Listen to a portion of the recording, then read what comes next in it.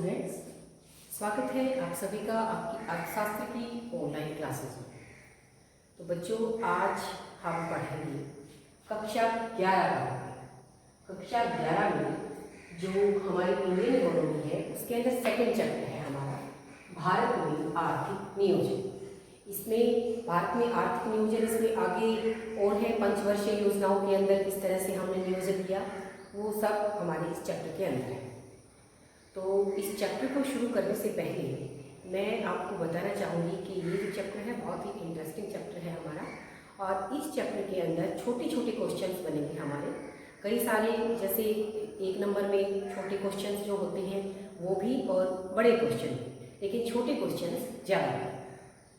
तो चलिए शुरू करते हैं चैप्टर जिसका नाम है हमारा भारत में आर्थिक नियोजन। हम आर्थिक नियोजन की परिभाषा से इसे शुरू करेंगे, लेकिन शुरू करने से पहले हम थोड़ा सा चैप्टर 1 जो कि हम पहले कर चुके हैं वहाँ से इसकी शुरुआत करेंगे। चैप्टर 1 जिसका नाम था कि स्वतंत्रता के समय भारतीय अर्थव्यवस्था किस प्रकार है, वहीं से हम इस चैप्टर की शुरुआत करते हैं। हम सभी ने पढ़ा कि स्वतंत्र जब देश हुआ 200 वर्षों तक लगभग अंग्रेजों ने ब्रिटिश शासन भारत के ऊपर रहा, और जब वो भारत को छोड़कर गए तो उस समय भारतीय अर्थव्यवस्था किस प्रकार है ये हमने पढ़ा। हमने देखा कि भारतीय अर्थव्यवस्था बिल्कुल पिछड़ी हुई अर्थव्यवस्था थी, एक गतिहीन अर्थव्यवस्था थी, विकास के नाम पर कुछ भी नहीं था।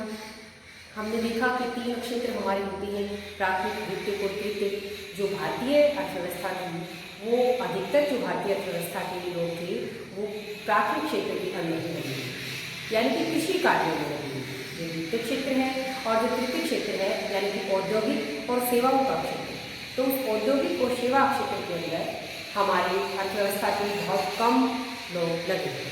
तो अधिकतर लोग कृषि कार्यों में लगे हुए थे। कृषि ही मेन जो है लोगों का औद्योगिक मेन जो धंधा था उनका कृषि, और इसके अलावा जो हम कह सकते हैं कि कृषि भी बहुत पिछड़ी हुई थी और लोगों का जीवन स्तर बहुत ही निम्न था, और उनकी अगर हम प्रति व्यक्ति आय की बात करें, राष्ट्रीय आय की बात करें तो वो भी बहुत ही कम थी। तो अब वहाँ से आगे बढ़ते हैं। हमने देख लिया कि अर्थव्यवस्था तो उस समय बहुत पिछड़ी हुई थी।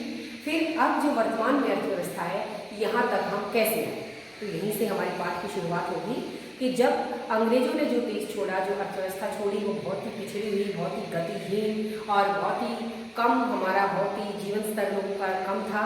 तो ऐसी जब स्थिति में छोड़ा तो आज की इस स्थिति तक हम कैसे आए, वहाँ से हम इस पाठ की शुरू करते हैं। तो हम कैसे आए, क्योंकि भारत के अंदर आर्थिक नियोजन को अपनाया। हम जो वहाँ से यहाँ तक पहुँचे हैं तो उसके लिए आर्थिक नियोजन को अपनाया गया। आर्थिक नियोजन क्या है, तो उसकी डेफिनेशन हम लिखते हैं। आर्थिक नियोजन यानी कि इकोनॉमिक प्लानिंग। इकोनॉमिक प्लानिंग, तो हमने प्लानिंग की, जैसा कि नाम से ही पता चलता है कि हमने प्लान किया, प्लानिंग की, योजना बनाई, और उस योजना से हमने विकास की सीढ़ी या पार करते हुए हम यहाँ तक पहुँचे। तो कैसे की वो प्लानिंग, आर्थिक नियोजन क्या होता है? आर्थिक नियोजन क्या होता है? एक प्रक्रिया है, एक प्रोसेस है। आप सभी को पता है प्रोसेस जो होती है वो लंबे टाइम तक, लॉन्ग टाइम तक चलने वाली चीज़ होती है। तो हमने भी जो आर्थिक विकास किया, पिछड़ी गतिहीन अर्थव्यवस्था से हम यहाँ तक पहुँचे, तो वो एकदम से तो आए नहीं होंगे, तो उसके लिए एक लंबा प्रोसेस चला। तो आर्थिक नियोजन भी क्या है, इकोनॉमिक प्लानिंग भी क्या है, एक प्रोसेस है, एक प्रक्रिया है, एक लंबे समय तक चलने का काम है। इस प्रक्रिया के अंदर क्या होता है कि दिए हुए साधनों को ध्यान में रखकर, मेन चीज क्या है, दिए हुए साधनों को ध्यान में रखकर।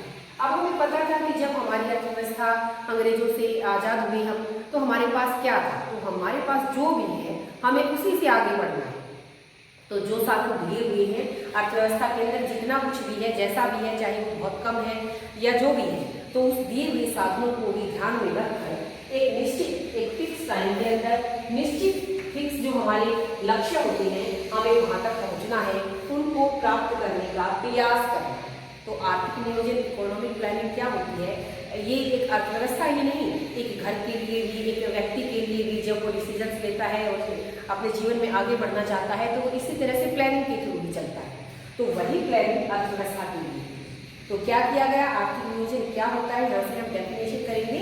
आर्थिक नियोजन एक प्रक्रिया है जिसके अंदर जो भी हमारे पास साधन हैं उन साधनों को ध्यान में रखकर एक फिक्स टाइम के अंदर हम कुछ फिक्स जो हमारे लक्ष्य हैं उन लक्ष्यों को प्राप्त करने का प्रयास करते हैं। तो बहुत ही अच्छी से एक परिभाषा बन जाएगी हमारी कि ये गिवन पीरियड के अंदर निश्चित समय यहाँ पर बहुत जरूरी है, क्योंकि हम ये कहेंगे 1 साल के अंदर, 2 साल, 4 साल, 5 साल के, भाई इतने टाइम के अंदर, इस फिक्स टाइम के अंदर हमें ये काम तो करना है। तो जो काम करना है वो हमारा क्या हो गया, लक्ष्य है। तो आर्थिक नियोजन की परिभाषा के अंदर ये 4 चीजें आप लोगों को शामिल करनी है। अगर ये 4 चीजें आपके आर्थिक नियोजन की परिभाषा में है तो इस आर्थिक परिभाषा बिल्कुल राइट है। तो आर्थिक नियोजन क्या है, एक प्रक्रिया है, एक प्रोसेस है, जिसके अंदर जो भी साधन हमारे पास दिए हुए हैं उनको ध्यान में रखकर एक फिक्स टाइम के अंदर कुछ फिक्स जो हमारे एम्स होते हैं उनको प्राप्त करने का प्रयास किया जाएगा। तो ये परिभाषा आपको करनी है, वह प्रक्रिया जिसके अंदर दिए हुए साधनों को ध्यान में रखकर एक निश्चित समय में निश्चित लक्ष्यों को प्राप्त करने का प्रयास किया जाता है। तो ये तो ही परिभाषा। ऐसा ही भारत के अंदर भी ऐसे ही आर्थिक नियोजन को लागू किया गया। आर्थिक नियोजन को लागू करने के लिए सबसे पहले भारत में योजना आयोग का गठन किया गया। योजना आयोग यानी कि प्लानिंग कमीशन। तो जो ये प्लानिंग करने का जो ये आर्थिक नियोजन का काम है ये कौन करे, ये करने के लिए एक आयोग, एक कमीशन बैठाया है जिसके अंदर मेंबर्स होते हैं, बहुत सारे मेंबर्स होते हैं जो मिलकर वो काम करेंगे। तो उन मेंबर्स को मिलकर योजना आयोग का नाम दिया गया और इस योजना आयोग का गठन किया गया 1951 में। हमारा देश आप सभी को पता है 1947 में आजाद हुआ, उसके बाद 50 में हमारे देश का कॉन्स्टिट्यूशन जो है वो लागू हुआ और 51 के अंदर फिर प्लानिंग कमीशन योजना आयोग का गठन किया गया। तो 1951 में योजना आयोग का गठन किया गया और जो ये भारत के अंदर जो ये आर्थिक नियोजन है, जो ये योजना आयोग का गठन किया गया, ये कैसे किया गया, कैसे हमारे ध्यान में आया कि हमें ये करना चाहिए। तो ये सब करने के पीछे क्या है, इस सोवियत संघ, जो प्राचीन सोवियत संघ है, वहाँ पर जो ऊपर ये आर्थिक नियोजन की बात जो मैंने कही है, ये इन लोगों ने पहले से अपनाया हुआ था। 1928 में 1928 में सोवियत संघ में भी विकास, आर्थिक विकास के पथ पर आगे बढ़ने के लिए इसी तरीके को अपनाया गया। तो इन्होंने 1928 में इसे अपनाया और 1928 से लेकर 1951 तक तो काफी सारा एक्सपीरियंस हो गया था, काफी अच्छे इनके अनुभव थे। इसी कारण से भी भारत ने भी 1951 में इन्हीं के इस मॉडल को अपनाया। तो यहाँ पर हमारा 1 नंबर का क्वेश्चन बनता है कि योजना आयोग का गठन कब हुआ, 1951 में, और आर्थिक नियोजन की परिभाषा क्या होती है, और जो भारत के अंदर जो आर्थिक नियोजन अपनाया गया, जो आर्थिक नियोजन का मॉडल अपनाया गया, वो किसे देखकर या किसके अनुभव के आधार पर किया गया, तो सोवियत संघ के आधार पर। और सोवियत संघ ने इसे कब अपनाया था, 1928 में।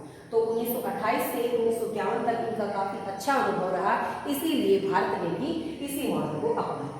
लेकिन सोवियत संघ का जो मॉडल था, आर्थिक नियोजन का जो मॉडल था, वो मॉडल कैसा था, उसके अंदर राज्य का हस्तक्षेप था।